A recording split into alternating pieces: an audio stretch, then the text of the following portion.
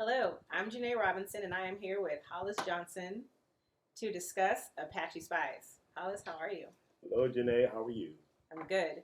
So, first book, and it was published. How does that feel? Feels great. And congratulations. Thank you very much. So, I read the book, and I have a few questions. I'd like to know what inspired you, and where did you come up with the story? So, why don't you tell us where you drew your inspiration for Apache Spies? I'm a big espionage fan. I'm a big fan of genre, whether it's movies, books, graphic novels, whatever. John Le Carre, Robert Ludlum, and of course Walter Mosley, who's not. He doesn't write in the spy genre. Obviously, he's more crime drama. But I do like the fact that he took, his book took an African American, put him in a situation that you don't normally see African Americans in. Okay. And so, speaking of situations where you don't typically see African Americans, talk about your main character, Philippe. The main character, Philippe Rainbird, is a person he starts out being somewhat of a criminal, I guess, Yeah. and then gets recruited to be a spy. Right. And he and like most people who are in that business, he kind of enjoys it. I would say so. Yeah, Yes. he enjoys it. And he enjoys it. This helps him excel. To a point, you also have to have talent. You Very know, you have to have the skill set for it. He possesses the skill set to do these things and to do them in a fashion. And he was raised by his paternal grandfather, partly, and he's a full blood Apache Chiricahua, which is which is why we have Apache Spies.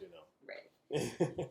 And so that gives us a little bit about Philippe's background, but then what about Helen? Because she's also a very integral part of this book. Right. You can make a case she's probably a little bit more integral because she's more sophisticated.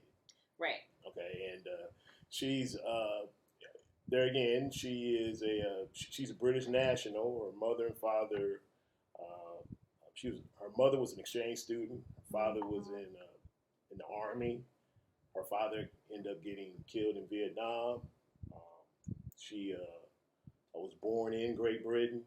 Of course, she has dual citizenship, obviously. Right. And her father was half, Apache, and which gives her the whole look and everything, and maybe not necessarily the skill set, not the training necessary, but she ends up gravitating towards. Being a spy too. Right.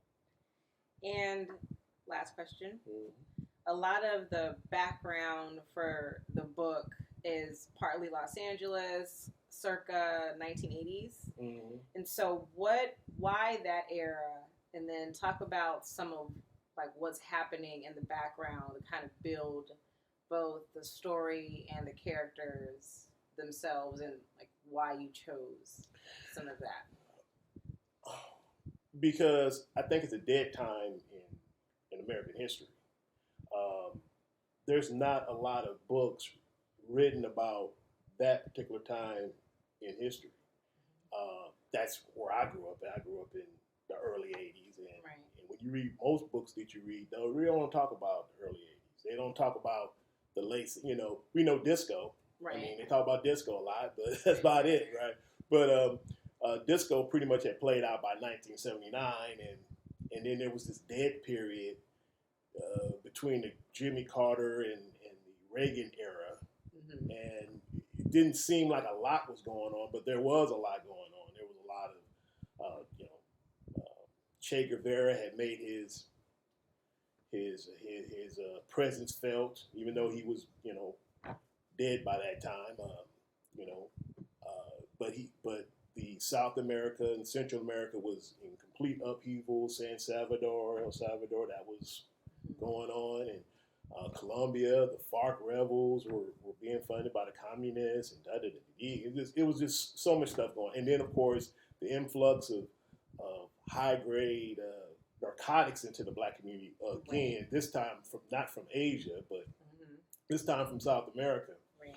And it was just a confluence of a whole lot of things. Plus, the economy was bad, and then so naturally you have a perfect breeding ground for criminal behavior, criminal activity, and that type of lifestyle. And Mr. Rainbird wasn't really all the way criminal necessarily, but he didn't necessarily shy away from it. Right. Kind of was more like a necessity almost. Right. It was the ends justified the means. Right. And when you have that attitude, it's probably better to stay grounded somewhat. You don't do things that are like a lot of people just like the street life. Okay, the adage, the hood where it's good. Right. Okay, not necessarily because you have no other options or you're not looking for any other options. It's just that, well, I don't feel like doing anything else. Right. And this particular character had other goals, and one of the goals he enlisted into the Navy, and that's where he kind of took off at. Thank you. Mm-hmm. Well, I read Apache Spies and had the opportunity to sit down with Hollis, ask him some questions. I hope this has captured your interest and you want to go out and read the book. If you do want to read the book, Hollis, tell the viewers where they can find Apache Spies, both online and also brick and mortar. Mm-hmm. You can find it at Barnes & Noble. You can find it at barnesandnoble.com, amazon.com, greenivypublishing.com, one word. And if you're in Australia, you can find it on Booktopia.com. Thank you. You're welcome.